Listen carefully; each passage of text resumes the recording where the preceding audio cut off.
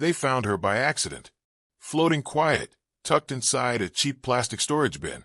No name, no identity, just a tiny body drifting along the shore in Galveston Bay, Texas. And the worst part? Nobody had even reported her missing. Not one call. Not one person asking, "Where is she?" This wasn't just a crime. This was a child the world didn't even realize was gone. Before we get deeper into this one, subscribe to the Crime Chapter, because some stories need to be told, especially the ones people tried to bury. It was October 29th, 2007. A fisherman noticed something strange near the shoreline. A blue plastic container, like the kind you'd keep Christmas decorations in. But inside was something no one should ever have to see. The child was small, tiny, barely 2 years old. Pink shirt, little purple sneakers. Her body showed signs of long-term abuse. Bruises, fractures, injuries that piled up over time. Not one accident, not one moment. This was repeated, regular. Someone had been hurting her for a while. But detectives hit a wall instantly. They had no idea who she was. No missing persons report. No alerts. No parent calling hospitals. No neighbors stepping forward. Nothing. So the public gave her a name. Baby Grace. Her face spread everywhere. News broadcasts. Newspapers.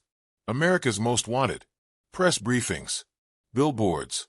Sketch artists worked around the clock. And still, nobody recognized her. It was like she'd been wiped out of existence. Detectives sifted through everything. Foster care lists, hospital birth records, state missing child files, neighborhood reports. Nothing matched. That's when detectives realized something darker. This little girl didn't just go missing. She was never allowed to exist in the first place. Someone hid her, kept her quiet, kept her unseen, erased. Weeks went by. Then a month. The case started slipping cold. Leads dried up. Time faded evidence. Hope was thinning out. Until one evening, a grandmother in Ohio was watching the news. She stared at the sketch. Really stared. The face, the shirt, the shoes. She whispered, barely breathing, "That looks like my granddaughter, Riley." Her voice shook when she made the call. And that call changed everything. Because baby Grace finally had a name. Riley Ann Sawyers. 2 years old. A child who deserved a life. A childhood. A chance. But instead, she got pain. And the people who were supposed to protect her? Yeah, they were about to become the prime suspects. When that call came in from Ohio, detectives finally had something they hadn't had since day one. A direction. The grandmother's name was Cheryl. She told investigators she hadn't seen her granddaughter in months. Every time she tried to visit, call, check in, there was always some excuse. Some story. Some wall. The mother was Kimberly Dawn Trenor, just 19. And the stepfather? Robert Brad Trenor, a guy older than her, with a background nobody really understood. And maybe nobody wanted to. Cheryl told police something that made the room go cold. The last time she talked to Kimberly, Kimberly claimed she had given Riley to Child Protective Services. No paperwork, no case file, no follow-up, just a story meant to erase a child. So detectives traveled 1,500 miles from Texas to Ohio. They walked into Cheryl's home with one devastating question. "Can you help us identify her?" Cheryl nodded, hands shaking, eyes already full of tears. The photographs were laid on the table. She didn't need to study them. She didn't hesitate. She didn't look away. Her voice cracked into pieces. "That's her. That's my baby. That's Riley." And the room went silent. Not reporter silent. Not courtroom silent. Soul silent. Because this wasn't just identification. This was loss. Real loss. The kind that hits you like gravity. From that moment forward, she wasn't baby Grace anymore. She was Riley Ann Sawyers. Police headed back to Texas. Now they had names. Now they had a target. Kimberly and Brad were easy to find. Small apartment. Nothing special. Like they were trying to blend into the wallpaper. When investigators questioned them, they didn't panic. They didn't cry. They didn't even hesitate. Kimberly sat with her hands neatly folded. Brad leaned back like it was just a conversation. They both told the same rehearsed line. Riley is with her biological father in Ohio. She's fine. Detectives already knew that was a lie. They'd spoken to him. He hadn't seen his daughter in months. He wanted to. He begged to. The air in the room changed. Detectives leaned in. Where is Riley? Silence. Kimberly's face twitched, just for a second. Barely noticeable. But detectives live for that second. Because when someone lies, they're not afraid of being caught. They're afraid of saying the truth out loud. And the truth. It was darker than anyone in that room was prepared for. After hours of questioning, Kimberly finally broke. But when she spoke, there was no emotion. No regret. Just a flat, empty sentence. She didn't listen. We were trying to teach her. Teach. That's the word she chose. Not hurt. Not punish. Not abuse. Teach. And right there, detectives understood. This wasn't just murder. This was control. This was punishment. This was cruelty, disguised as parenting. Cruelty so deliberate, it barely felt human. When Kimberly finally started talking, detectives had no idea what was coming. Because this wasn't some heat-of-the-moment snap. This wasn't rage or panic. This was routine. Structured. Practiced. Like a schedule. Kimberly and Brad called it discipline. But what they described, man, that was straight-up torture. It began with small things. Riley was only 2. A baby, really. She laughed too loud. She played messy. She cried when she was scared. You know, normal kid stuff. But to Brad, and to Kimberly, who was basically controlled by him, those were bad behaviors. So they set rules. Rules a toddler could never understand. Rules a toddler could never follow. Rules designed to break her. If she cried, she got hit. If she didn't say yes, sir, she got hit. If she reached for a toy without asking, she got hit. And when she screamed because it hurt, they said she was acting out. Over time, the hitting got worse. Way worse. They made her stand for hours. Hands behind her back. Feet together. No noise. No movement. If she cried, or tried to sit, they'd throw her to the floor.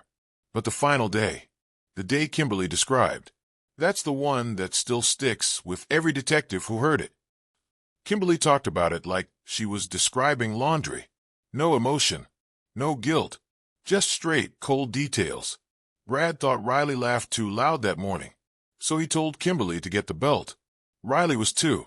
Barely 26 pounds. She didn't even understand what was happening. She tried to hide under a table.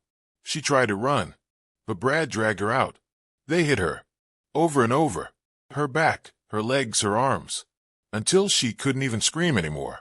Not because she learned a lesson, but because she literally didn't have the strength to cry. Then came the cold bath. And not warm water. Not even room temperature. We're talking ice cold. Brad said it would shock the behavior out of her. Kimberly held her down. Riley kicked. She fought. She tried to breathe. The bathroom was echoing with splashes. But nobody stopped. Nobody helped. Not her mother. Not her stepfather. Nobody. And then, her movements slowed. Her hands stopped reaching. Her body went still. The water went quiet. Kimberly just said it, flat, like nothing. She stopped breathing. That was it. A 2-year-old. Beaten. Held underwater. Until her body couldn't fight anymore. Not because she wasn't strong, but because she had been fighting every single day of her life. When detectives heard that confession, the room didn't feel like an interrogation anymore. It felt like a funeral. Because there are crimes that shock you. And then there are crimes that change you.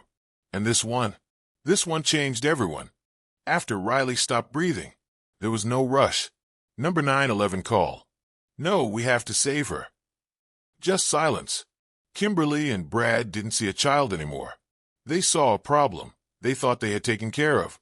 Kimberly wrapped Riley's small body in a blanket, placed her into a plastic storage container.